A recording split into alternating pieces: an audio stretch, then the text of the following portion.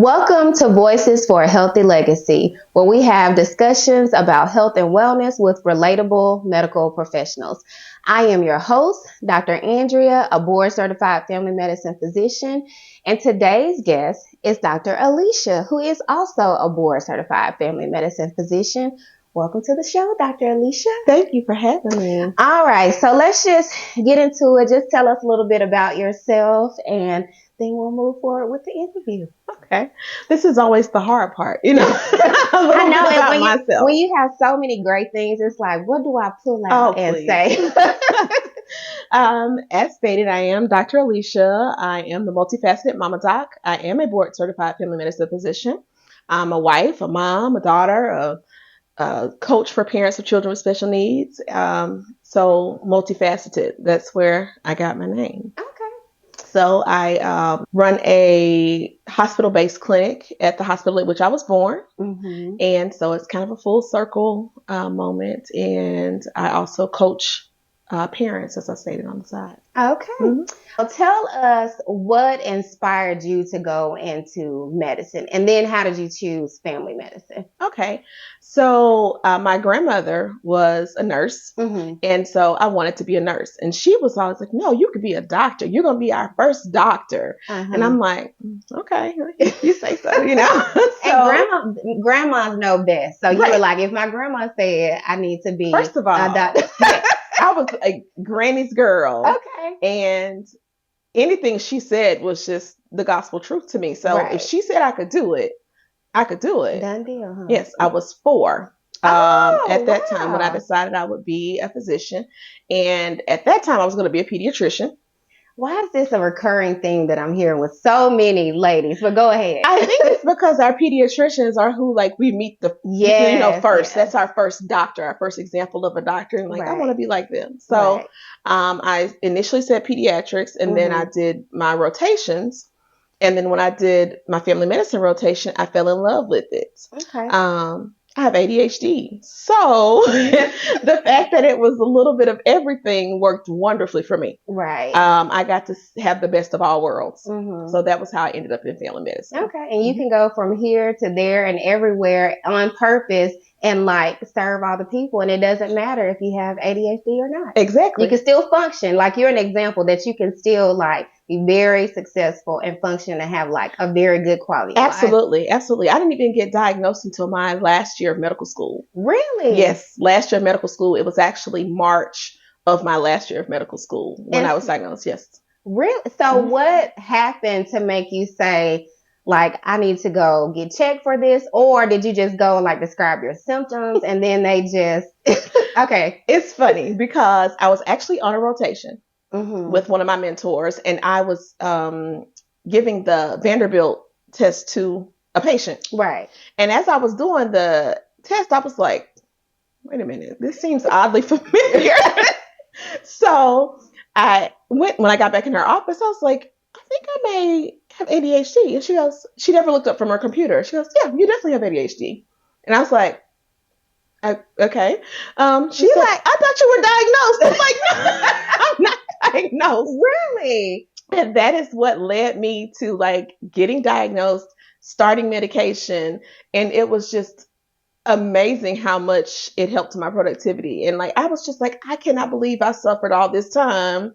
Didn't know I was suffering, of course, Right. but yeah, that was actually how I got there. Now, when you say suffering, a lot of people may not know what that means in the ADHD world. So what did suffering look like to you? So for me, I had always done great with Right. grades and all, but I cannot stay focused on one thing at one time. Mm-hmm. So for most of my life, it was like, okay, that's not a big deal. You know, I'm multitasking. That's what I thought I Right. was doing, Uh-huh. except nothing was really getting completed. I was starting a lot of little tasks, Mm-hmm. but then it would be down to the wire to actually finish something because I'm doing one thing and then I've jumped over to something else. Okay. So that was kind of what I meant for me for suffering. You know, when I would study, I'm doing 42 things I'm supposed to be studying, but in the middle of that, oh, let me put on a load of laundry. oh, I should start dinner. Okay, wait a minute. Let me call mom. Then I'm studying a little bit. So it's like, oh yeah, I studied for 6 hours, but no, I did not study for 6 hours. Right. And that was your life, and that's what you were used to. So it didn't seem like anything abnormal because you've been able to like that's what I'd always achieve, at such a high level for so long. You never even really noticed it because you were able to get things done eventually. Right. Yes. Okay. So nobody ever said anything. And I never really had the component where there were behavioral issues. So I never got in trouble at school. I made good grades. So nobody complained. But as an adult, when it became more complex, as far as you're managing school and home and laundry and, all these responsibilities, it became more apparent. Okay. So you have a hospital-based clinic, and you've already hinted as to why it's extra special to you. So tell us the name of your clinic and what it means to you to have this full circle moment that you talked about earlier, and remind us what that moment is. Absolutely. So as I mentioned, I do practice at a hospital-based clinic, and it's the hospital at which I was born. So walking back into that place as a physician was huge for me. It was literally where I started. And it was also the hospital that my grandmother retired from. She used to clean the doctor's lounge there. And then I was there in that capacity. So it was a big deal to me. I am the sole physician at Live Well Family Medicine.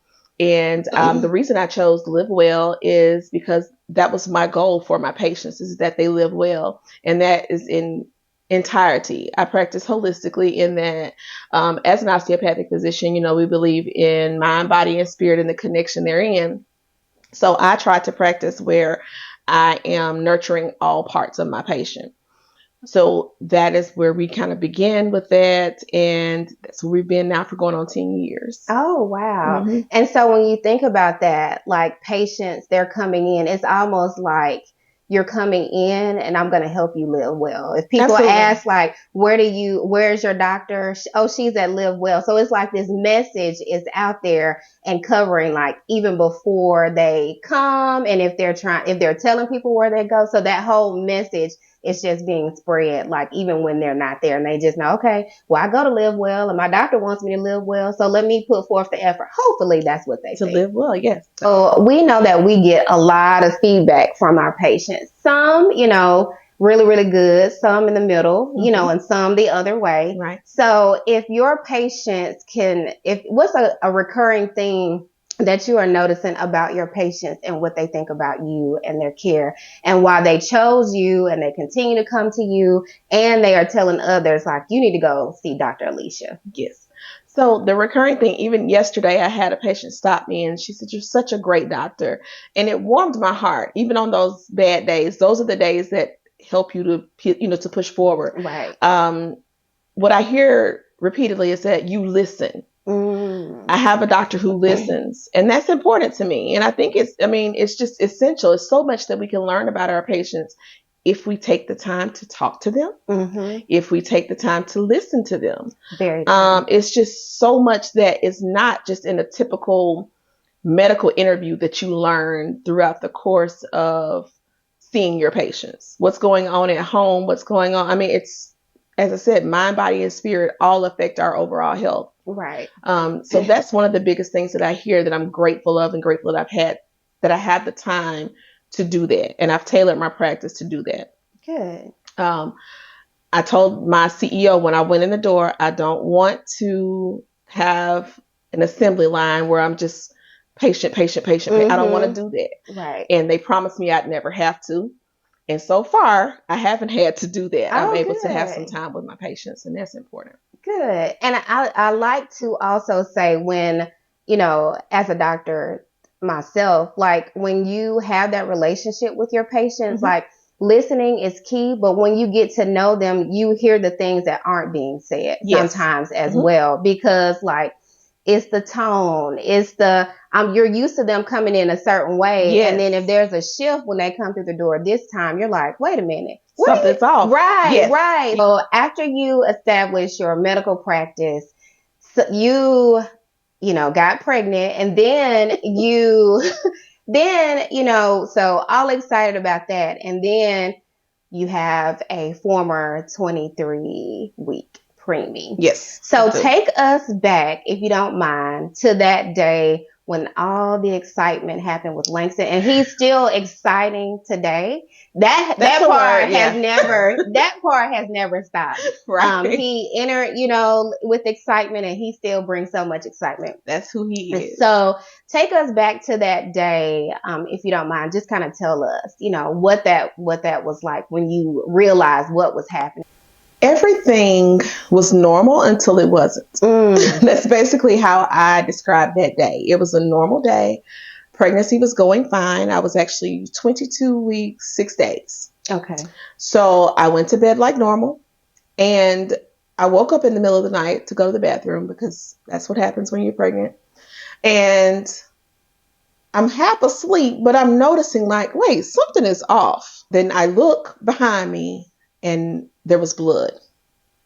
I freaked out. Then I had to calm down because, okay, let's get it together. I'm there by myself. I need to calm down. I took myself to the ER at my hospital. It's not far, thankfully. Did you call somebody, or you just said, I'm going to take myself? Did I call somebody? I did once I got there. Okay. Once I got there, because I was so focused. Right. I did.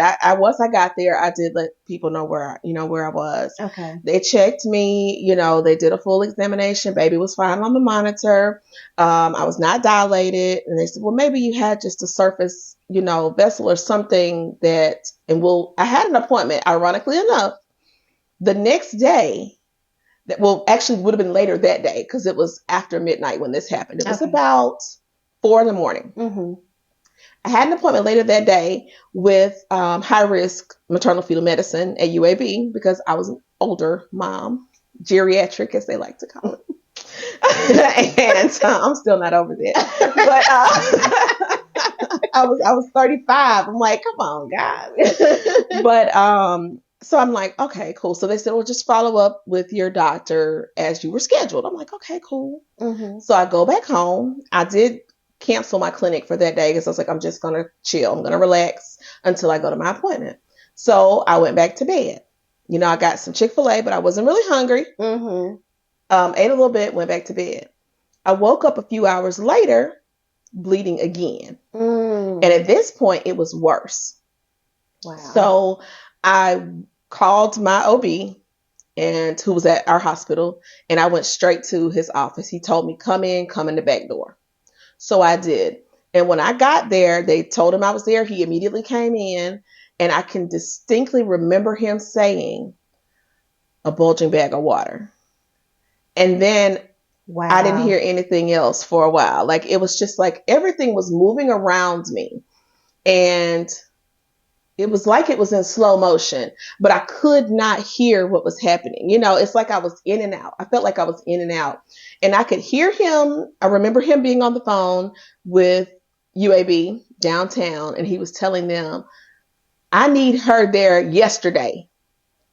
I remember hearing that, and he's like, and I was I'm just sitting there. Like, what am I doing? What is going on? Because my son was a surprise, but he was a very welcome surprise. Right. I was 35. So, I'm like, okay, cool. And he had a name. And I remember sitting there thinking, no, this can't happen. He has a name. He has a room. Like, this is my child. I talk to him every night. And he came in and he gave me my first shot of steroid in the office. Like, I don't even know what was going on. I just remember him moving quickly, and then they moved me to OB at our hospital, until the ambulance got there. And I was dehydrated because I hadn't had anything to drink. They couldn't stick me. They had to get anesthesia to come. It was a whole mess. I got my parents there, of course. My nurse was at our clinic, and she's like, can I please come? She flew over there, and she was there with me.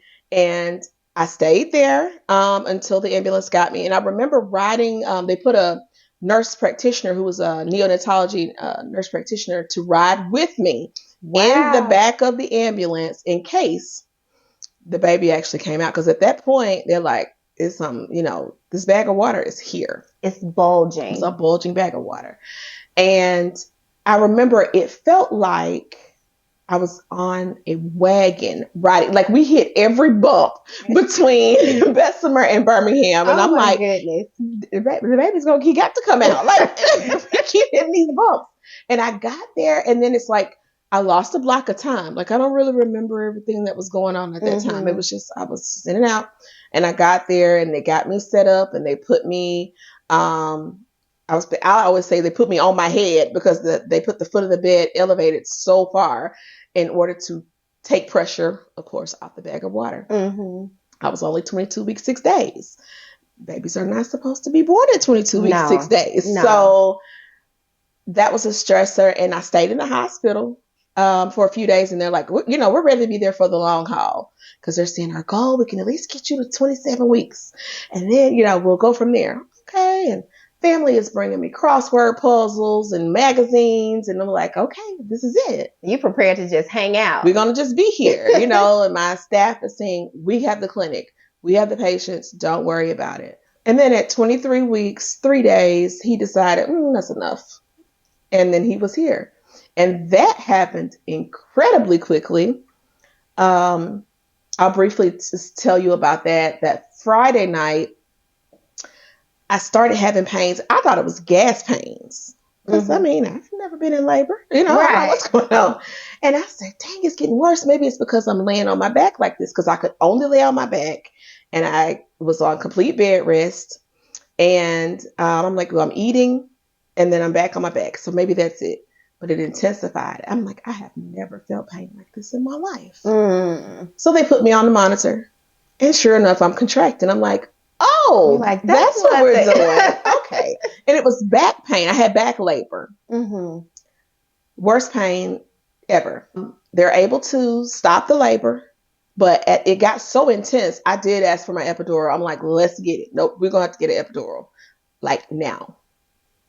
And we did. Then the labor stopped. I'm like, okay, we're good. This is Friday. Saturday, I'm good. I'm kind of loopy because I'm on MAG. Right. And I'm just, I'm kind of loopy, but I'm good. Sunday morning, I'm like, okay, I know we're going to have visitors. It's Sunday. You know how we do. Right. After church, everybody's coming. And, my father was a pastor and prepared for the family to come. So I said, well, can you get me cleaned up? I want to get a bath. And they were getting me cleaned up. I had turned my epidural off because no more contractions.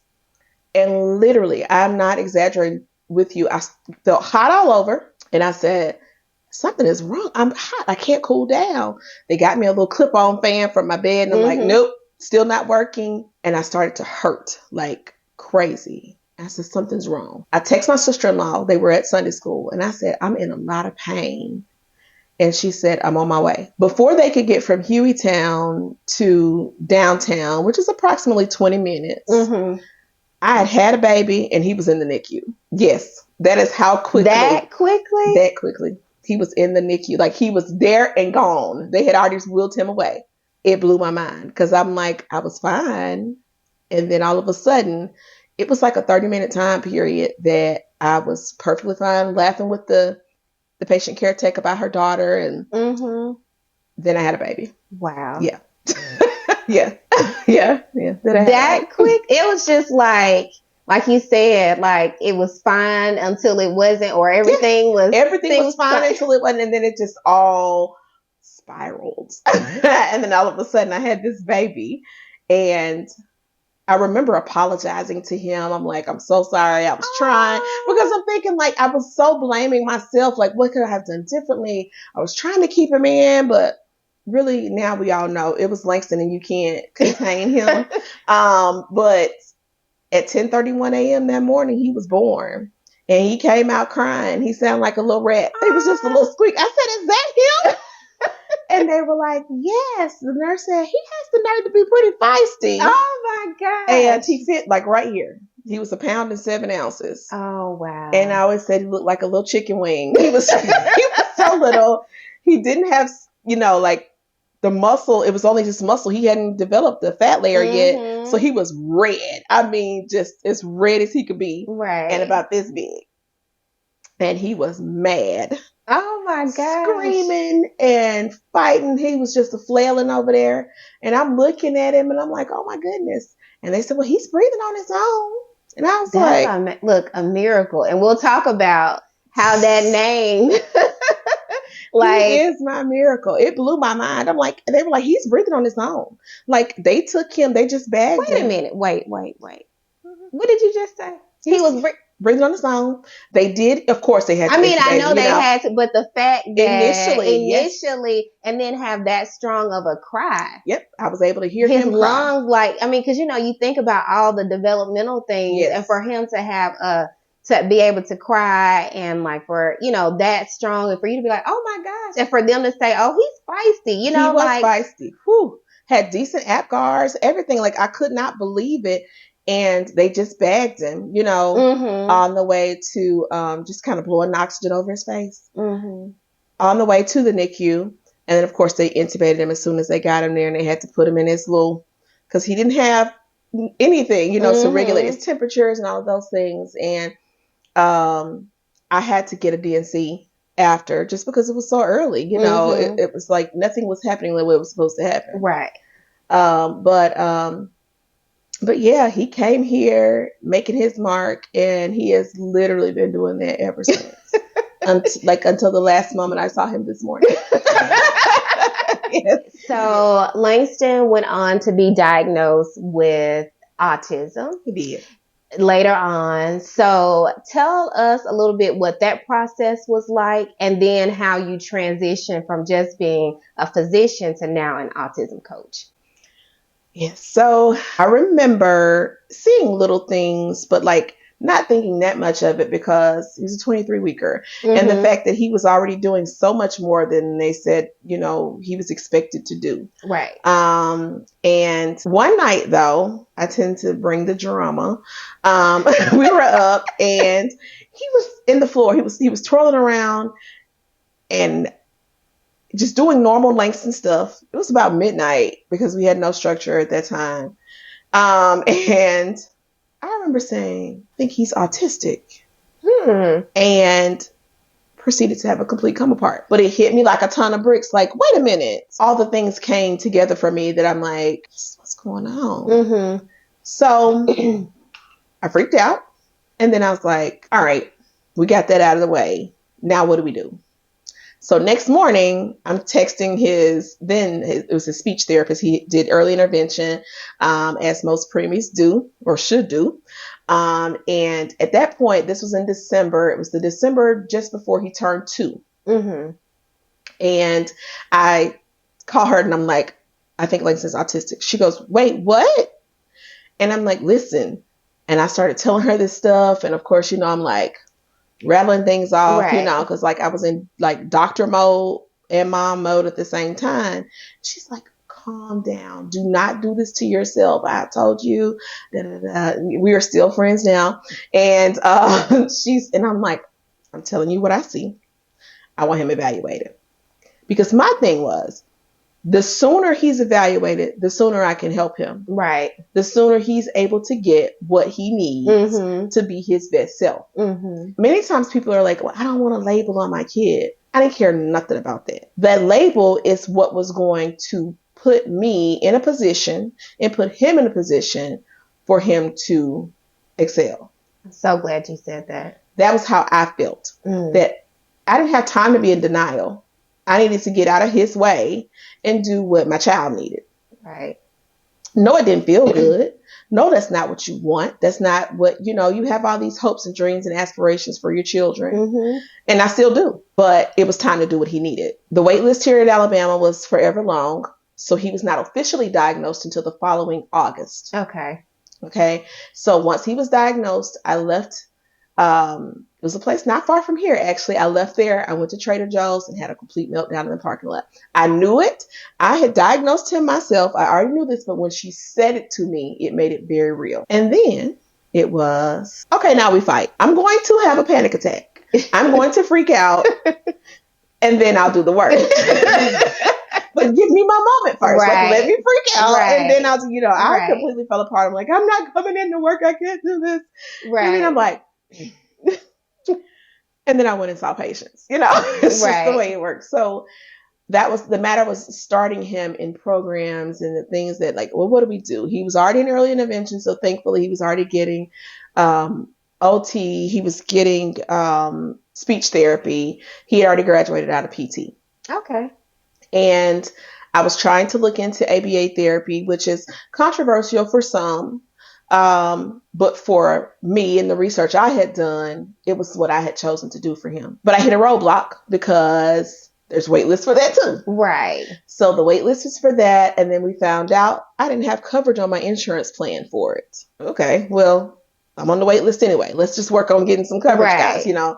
So that was kind of how our journey started with that and me learning more, because even as a physician, there was so much I didn't know. Mm-hmm. So much I did not know about autism. So much I didn't know about resources. They don't train us for this. Right. They don't. True. They do not train us for this. So oftentimes it was like, well, the doctor didn't give me any guidance. We don't know what to do. Right. We don't know what to do either. We're just like, we know how to get you diagnosed, and then it's like, well, good luck with everything, you know. So I remember feeling incredibly lost and just having to figure out the things for myself. So much of what I learned, that meant YouTube and research and the internet and all these things, and just being able to decipher what's you know, the good and the bad, and like, what is this, and does this make sense, and what doesn't, and what works for my child. Well, the issue was, another issue is much of what's learned in the autism community is from parent to parent, from mom to mom. Well, as a working mom, that changes everything. It does. So much of what he did was in the middle of the day. They have all of these little classes and all of these mommy and me things and this class, but it's from like 10 to 12. Right. That's in the middle of my clinic. Of your day. When am I supposed to, what am I supposed to do from 10 to 12?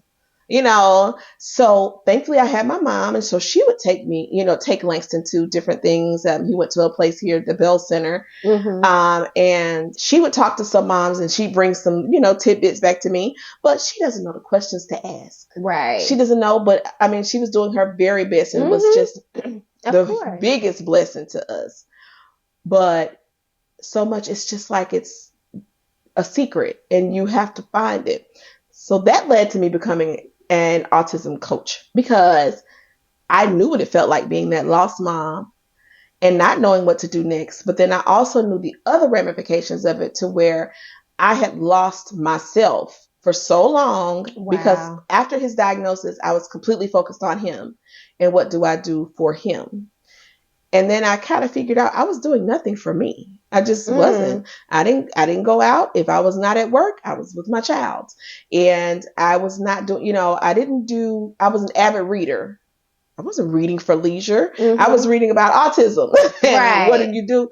So it was so many things. I had just really lost myself to a point. And I remember in 2019, just really things began to change for me in my outlook, and in learning that I can help my child succeed without neglecting myself. That's the biggest thing that I try to teach my clients, is that, yes, we're going to be the awesome parents that we are. Of course. We're going to do that, but I'm not going to lose me in the process of doing that. And that I don't have to feel guilty for taking care of me. Right. And that I can't be the best mom to him and to my bonus children if I can't be the best me. That is so true. Yeah, that was my push in saying, once I realized that for me, and seeing how many other moms are the same way. And I say moms, of course, I mean parents in general, but I only know how to be a mom. Right. Talking about you being an autism coach, what does that service look like for you, and what can some of your clients or potential clients expect with that? So there's several aspects of it. I do mostly one-on-one coaching, and I tailor that to what the parent needs.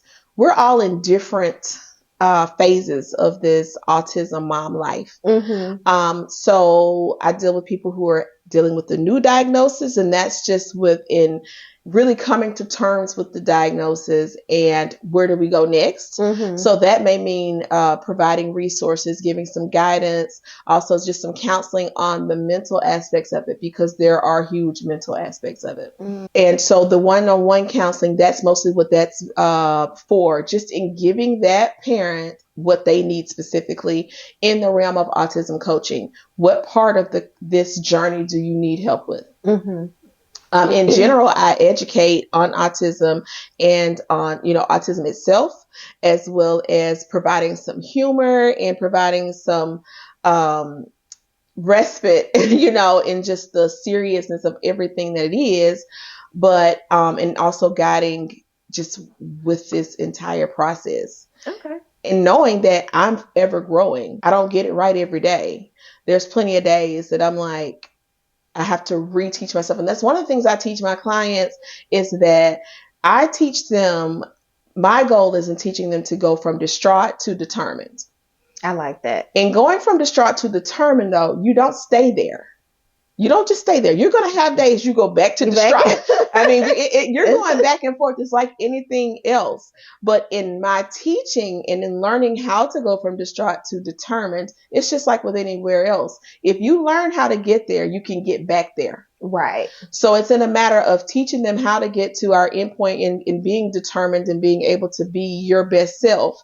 And you can still have those days, but you know how to get back. Right. So it sounds like you are helping them along their journey and giving them some tools and reminders to help guide them through the process, which sounds like something that you probably wish you would have had during your journey. Absolutely. When I started my journey in doing this, my goal was to be what I didn't have. I didn't see, and there's still not that many of us. I mean, it's becoming more, and I love it, but women of color, moms of color with children, who have special needs. And I don't just do autism, but of course, autism is where my heart is, and where my biggest wealth of knowledge is.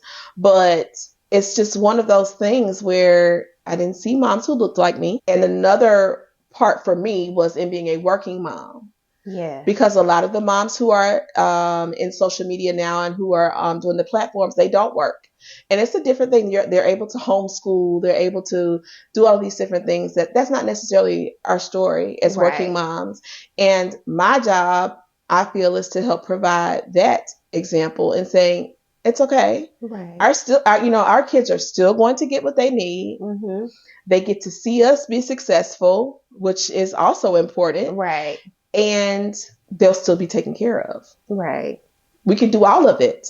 We can definitely do all of it. You mentioned working moms and their kids with special needs being able to still, be able to reach their highest potential as well. Talk about mom guilt, how if you've ever experienced it, or if you've seen some of those moms who, may not have the option to, be a stay-at-home mom, or they may, even if they don't work full-time, but they have to work part-time, there's still, and even if you don't work, there's still a level of guilt that you may feel. So with working moms, talk a little bit about the mom guilt you've seen or experienced. I mean, mom guilt is heavy. It is heavy, and it is very much there. And I feel like it's even more so amplified when you have children with special needs, because there are additional needs there and many of them that we can't meet. As a mom, you want to be everything that you can for your kids. And it's just having the realization that some of this stuff I cannot fix. And that's heavy. Having to leave them when they're sick, or feeling like, well, if I could do more, or what if I was working with him more one-on-one, or what if I did so many things. I didn't mention previously, but the beginning of our journey with Langston, I was a single mom. And so in being a single mom, being a single working mom, I definitely felt that guilt, heavy.